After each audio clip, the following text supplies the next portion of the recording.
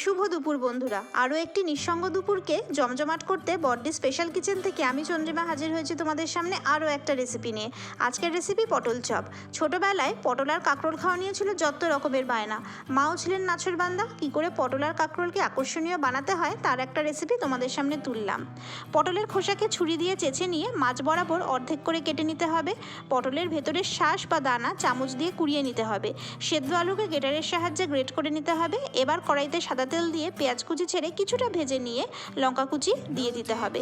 চিনেবাদামকে একটু half dust করে নিতে হবে। এই চিনেবাদামগুলো কড়াইতে ছেড়ে একটু ভাজা ভাজা করে সেদ্ধ স্ম্যাশড আলু দিয়ে দিয়েছি। এবার এর মধ্যে নুন হলুদ দিয়ে একটু নাড়াচাড়া করে ভাজা মশলা দিয়েছি। শুকনো কড়াইতে জিরে ধনে গোলমরিচ ও শুকনো লঙ্কা ভেজে নিয়ে গুঁড়ো করে ভাজা মশলা বানিয়েছি। এরপর ধনেপাতা কুচি দিয়ে ভালো করে নাড়াচাড়া করে পুর বানিয়ে নিয়েছি। একটি বাটিতে 4 চামচ ময়দা, 2 চামচ চালের গুঁড়া, নুন দিয়ে কালো জিরে দিয়ে একটি ডিম ও জল দিয়ে একটি মোটা মতো ব্যাটার বানিয়ে নিয়েছি। আলুর পুর দিয়ে পটলের মধ্যে ভরে ব্যাটারের মধ্যে ডুবিয়ে ডিপ ফ্রাই করে নিলেই রেডি পটলের চপ। চলো সকলে খেয়ে দেখো। আজকের রেসিপিটা একদম পুরো মায়ের রেসিপি।